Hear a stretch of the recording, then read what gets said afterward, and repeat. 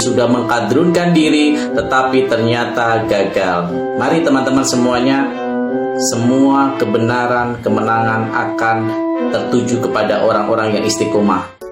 Tapi kan bisa ngusung kader lain. Emang PSI ada kader? PSI itu adanya buzzer.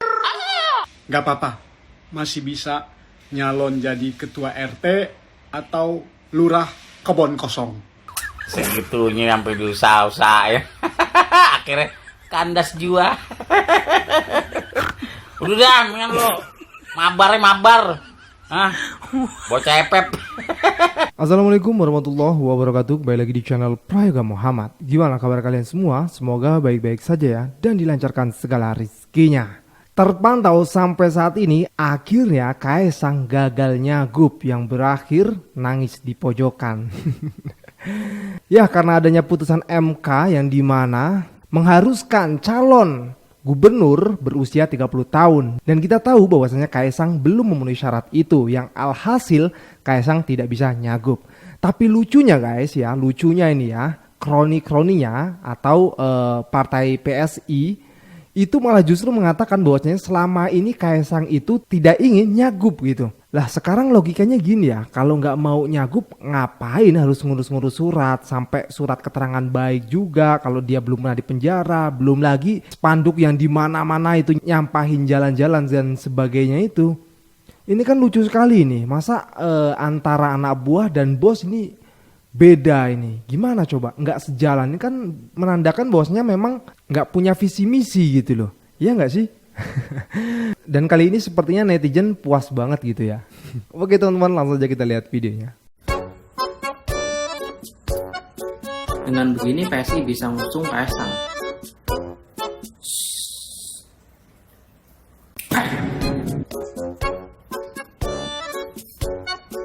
Tapi kan bisa ngusung kader lain. Emang PSI ada kader? PSI itu adanya buzzer. Sabar ya dek ya, sabar ya dek Kaesang. Udah keliling-keliling Depok, Bekasi, Jakarta, Jateng, tapi gak lolos syaratnya. Gak apa-apa, masih bisa nyalon jadi ketua RT atau lurah kebon kosong. Pohon kermek gagal nyagup. Lagi buah-buahan masih banyak yang manis-manis ya. Ada melon, manggis, apel, mangga, jeruk. Apa jadi cermek yang disodorin? Masuk mall aja kagak ada itu di mall. Belum waktunya, belum mateng pun. Lagi biar kate lu perem juga itu nggak bakalan manis-manis. Namanya cermek. Paling buat asinan. Itu pun udah jarang buahnya. Aduh, kadang-kadang ya segitunya sampai diusaha-usaha ya. Akhirnya kandas jua. Udah dah, mendingan lo mabar. Hah? Bocah epep. Apa sih epep ya? Kalau mabar bocah apa namanya? Bocah mabar. Bocah epep. Udah. Ya, pagi-pagi. Ada apa? Hah? MK tolak syarat usia cagup Anwar Usman tak libatkan ambil putusan. Wala. Tunggu. Gak jadi nyagup dong Kaesang. Hah? Hah? Ya udah Mas Kaesang sabar ya kan. Mas Kaesang sabar, nggak apa-apa. Nanti kan ada 5 tahun ke depan ya. Tunggu matang dulu. Tunggu bapaknya turun dulu lah, ya kan. Jadi jadi presiden. Nanti kan 5 tahun lagi Mas Kaesang bisa ya. Mas Kaesang tetap semangat ya. Jangan ngambek, santai aja, jangan ngambek. Ya belum cukup umur mau gimana? Ya kan aturan baru ya. Gimana itu? Hah? Anjay.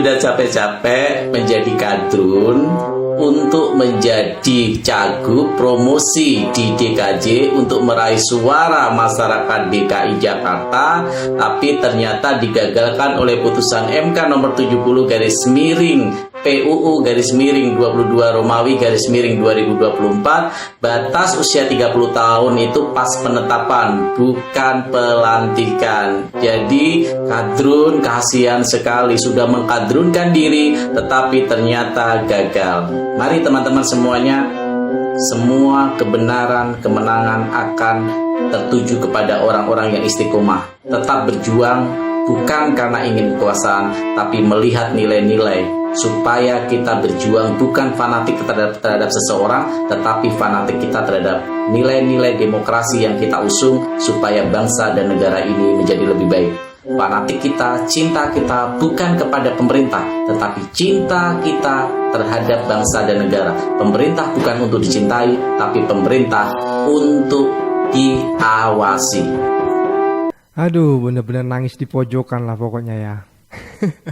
Tolong ya yang deket sama beliau, ya dihibur lah gimana caranya gitu biar nggak nangis gitu ya. Gitu, lanjut lagi guys. Saya mau klarifikasi, Mas Kaisang tidak jadi maju pilkada karena beliau taat konstitusi. Bahkan sebenarnya sejak awal pun beliau nggak ada niat maju pilkada. Tapi Pak, PN Jaksel mengonfirmasi kalau Kaisang sudah urus SKCK untuk jadi cawagup.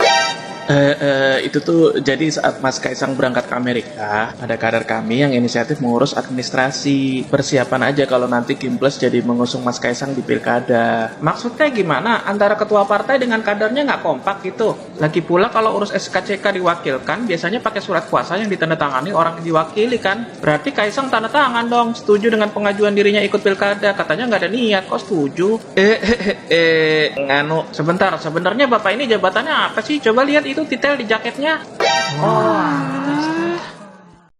Halo guys, setelah putusan MK lalu coba dianulir oleh balik DPR yang akhirnya menimbulkan demo di mana-mana dan berbuah gagal DPR untuk menganulir putusan MK itu.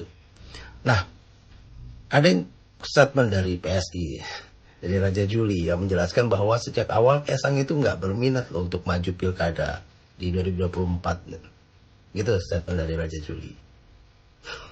Ajaib ya. Karena gini, kalau nggak minat ya ngapain juga kalian nempelin spanduk Kaisang 2024, 2029 di Santero, Jakarta. Ngapain juga ngurus surat bebas pidana untuk persiapan nyalon. Ya kalau ditanya kayak gini kan jawaban mereka ya selalu kayak gini. Yang nempel bukan PSI, mungkin inisiatif warga. Nggak ada tuh logo PSI di spanduknya. Kalau ditanya soal pengurusan surat-surat, ya itu inisiatif dari staf PSI. Jawaban yang mereka pikir, ya bisa membodohi seluruh rakyat Indonesia dan bisa dipercaya. Mungkin mereka pikir orang Indonesia sama bodohnya dengan mereka. Sudah bikin gaduh satu negara, lalu tiba-tiba bilang, nggak minat maju pilkada.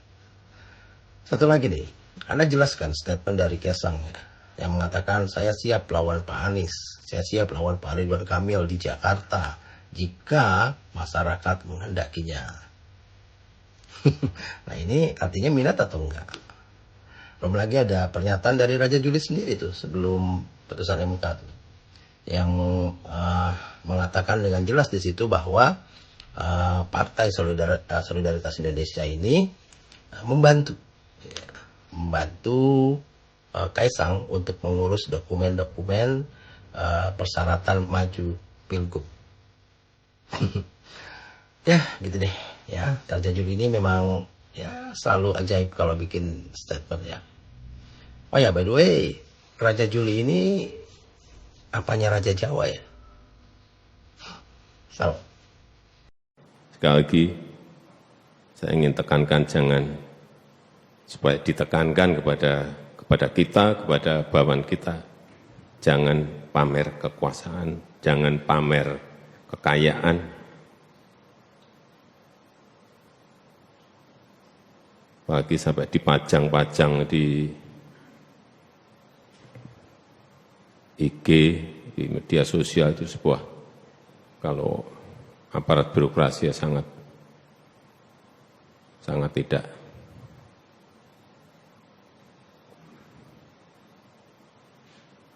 pantas. Saya rasa itu yang ingin saya sampaikan.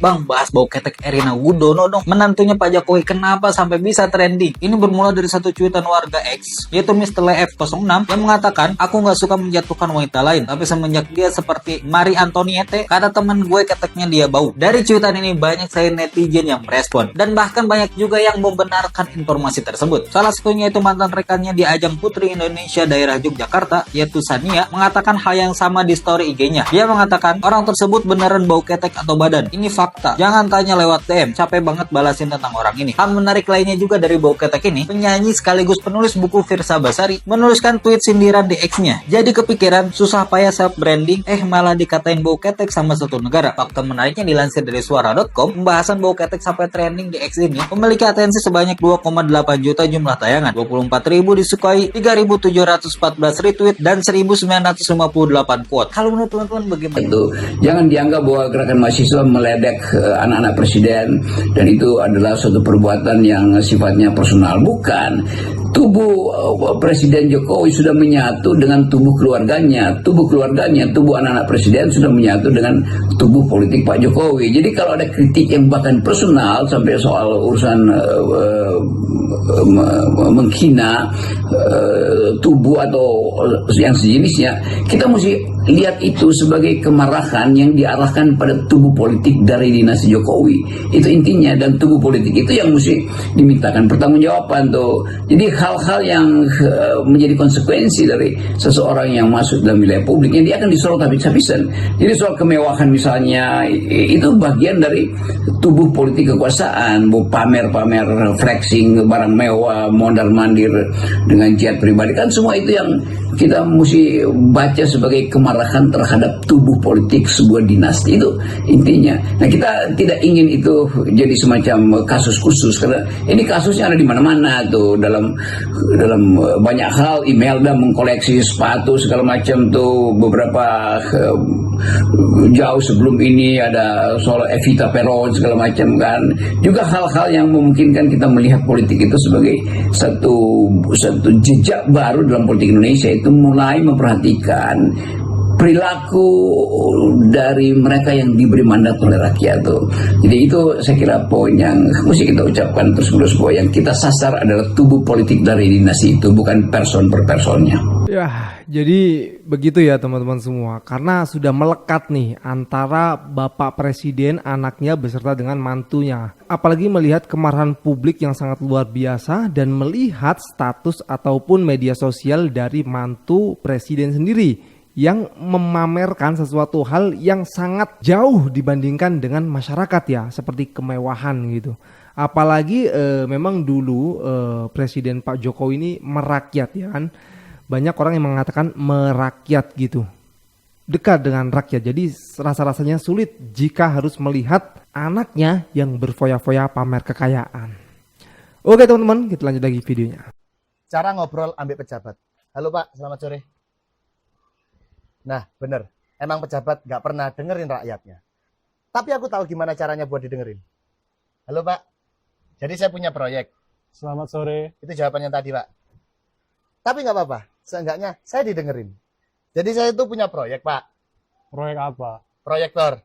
Hahaha. Nah, kalau udah ngobrolnya nyambung kayak begini, jangan tanya yang politis, tanya yang remeh-remeh aja. Pak, jadi gini, saya tuh di kampung saya ada turnamen sepak bola antar RT Pak. Persyaratan umurnya tuh harus umur 30. Nah, saya belum mencukupi nih Pak. Gimana ya caranya supaya bisa masuk Pak? Main bola kok pakai umur. Pakai bola. Terus gimana caranya Pak? Caranya gampang. Kamu harus jadi pemilik turnamen. Jadi ketua panitia? Betul. Habis itu? Setelah itu baru kamu ganti peraturannya. Oke, berarti saya bisa menguasai lapangan berarti kalau gitu Pak ya? Lapangan bola, lapangan pekerjaan, lapangan pangan, lapangan purnama. Itulah lapan. Udah ya, ada telepon dari kerajaan. Anaknya mau main bola. Padahal aku siap molotov ini. Ini memang buzzer-buzzer bodat kalian semua ya. Kemarin kalian bilang demonya itu untuk kepentingan salah satu partai. Memangnya di parlemen itu partai mana yang menolak? Hah? PDI Perjuangan kan? Di situ poin satu yang kau nggak usah bodoh-bodohin masyarakat. Yang kedua, isu perampasan aset. Kok tinggal bilang sama Kim Plus dan Pak Jokowi untuk menekan sehingga itu disahkan.